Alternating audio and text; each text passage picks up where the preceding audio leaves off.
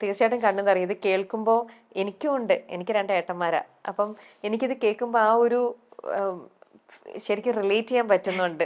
ദിവ്യ പറയുമ്പോൾ നമ്മുടെ ഏട്ടന്മാര് നമ്മളെ പിടിക്കുമ്പോൾ നമുക്ക് തോന്നുന്ന ആ ഒരു ഫീൽ ഉണ്ടല്ലോ. വീഡിയോയിൽ ഉണ്ടായിരുന്നത് ആണോ? ഏടത്തിയമ്മ പറയും ഒന്ന് കല്യാണമായിട്ടുണ്ട്. ഏടത്തിയമ്മക്ക് ഭയങ്കര ഭയങ്കര എന്ന് പറഞ്ഞാൽ ചെയ്തു അത്രക്ക് ഇഷ്ടം. വേഗം ഒന്ന് കെട്ടിയിട്ടുണ്ടെങ്കിൽ എണ്ണമാണ് ദിവസങ്ങൾ. എല്ലാരും അങ്ങനെയാണ്. പിന്നെ ഏപ്രിലിൽ അങ്ങനെ ആയതുകൊണ്ട് ഈ ഇത്രയും നീട്ടണമെന്നൊക്കെ കുറെ പേര് ചോദിച്ചു, വേഗം കല്യാണം കഴിച്ചുകൂടെ അങ്ങനെ ഇങ്ങനെ.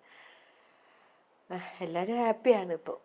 എല്ലാത്തിനും ഒരു സമയമുണ്ട്. ഇപ്പൊ അമ്മയ്ക്കും ചേട്ടനും എല്ലാവർക്കും സന്തോഷാണ്. പിന്നെ എന്തിനാ ഈ കണ്ണുകൾ നിറയണേ? അതെ, എന്നാലും നമുക്കത് പറയുമ്പോൾ അറിയാണ്ടൊരു ഇമോഷണൽ, നമുക്ക് ആ ഒരു ഇമോഷനിൽ വന്നു പോണ ഒരു ഇതാണല്ലേ. നമുക്ക് ചിരിക്കാം. ചിരിയുണ്ട്, ചിരിയുടെ കൂടെ ആനന്ദക്കണ്ണീര്. സത്യം, ആനന്ദക്കണ്ണീരാണത്. അല്ല, നമ്മള് ഒരിക്കലും നമുക്ക് തിരിച്ചു കിട്ടുമെന്ന് പ്രതീക്ഷിക്കാതിരുന്ന സമയത്ത് പെട്ടെന്ന് നമ്മുടെ അമ്മയുടെയും വേറെ ആരുടെയല്ല, സ്വന്തം അമ്മയുടെയും ആങ്ങളയുടെയും ആ സ്നേഹം, അവരുടെ ഒരു ലാളന, അവരുടെ ഒരു കരുതൽ, അതൊക്കെ കിട്ടുമ്പോൾ നമുക്ക് വല്ലാത്തൊരു തിരിച്ചു കിട്ടുമ്പോണ്ടാകുന്ന സന്തോഷം. പിന്നെ അതുപോലെ തന്നെ ഞാൻ ഏട്ടന്റെ കൂടെ വാലിയ തൂങ്ങി ഇങ്ങനെ നടക്കണ്ടല്ലോ, കുട്ടിക്കളി കളിച്ച്. പക്ഷെ അതൊക്കെ എന്റെ നല്ല പ്രായത്തിൽ നഷ്ടപ്പെട്ട കുറച്ച് കാലങ്ങളല്ലേ, അതൊക്കെ എനിക്ക് തിരിച്ചെടുക്കണ്ടേ. തീർച്ചയായിട്ടും. നമുക്കൊരു ഈ ഒരു ജീവിതമല്ലേ ഉള്ളൂ. ഈ ഒരു ജീവിതത്തിൽ ഇതെല്ലാം ഞാൻ കുറച്ച് കുട്ടിയായിക്കോട്ടെ. അതെ, കുട്ടിയായിട്ട് തന്നെ അതൊക്കെ അങ്ങ് എൻജോയ് ചെയ്യാം. എനിക്ക് നഷ്ടപ്പെട്ടതൊക്കെ ഞാനൊന്ന് ആസ്വദിക്കട്ടെ. തീർച്ചയായിട്ടും ദിവ്യ. ഓക്കെ, വിവാഹ സമയത്ത് നിങ്ങളെ 2 പേരെയും നമ്മൾ പറഞ്ഞു.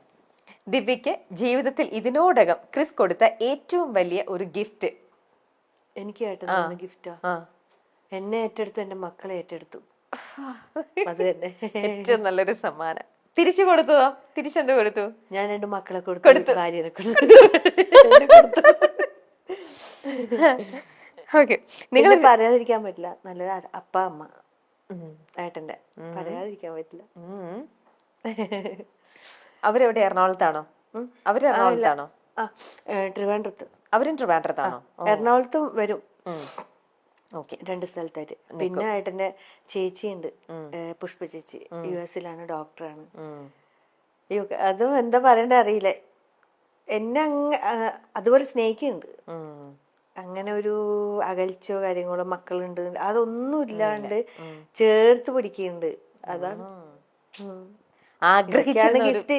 അതെ, ആഗ്രഹിച്ച ഒരു ലൈഫ് ആണ് ദിവ്യക്ക് ഇപ്പൊ കിട്ടിയത്. ചിലവര് പറയില്ലേ, മക്കളുണ്ടെങ്കിൽ ചിലവര് മക്കളെ വേണ്ട, നീ മാത്രം മതി എന്ന് അങ്ങനെ നോക്കുന്ന ഇഷ്ടംപോലെ ആൾക്കാരുണ്ട്. ഞാൻ എന്റെ തന്നെ അറിവിൽ എന്റെ ഫ്രണ്ട്സൊക്കെ ഇങ്ങനെ അനുഭവം ഉണ്ടായിട്ടുണ്ട്. അപ്പൊ അവര് പറഞ്ഞിട്ടുണ്ട്, മക്കളെ വേറെ അവരെ വീട്ടിൽ നിർത്തിയിട്ട് അവള് അവന്റെ കൂടെ വേറെ പോയി, അങ്ങനത്തെ ഒക്കെ അവസ്ഥയുണ്ട്. പക്ഷെ അതിലൊന്നും എനിക്ക് താല്പര്യമില്ല. കാരണം എന്റെ മക്കളെ, ഞാൻ നൊന്ത് പ്രസവിച്ച എന്റെ മക്കളെ ഞാൻ ഇത്ര പോലെ നോക്കി.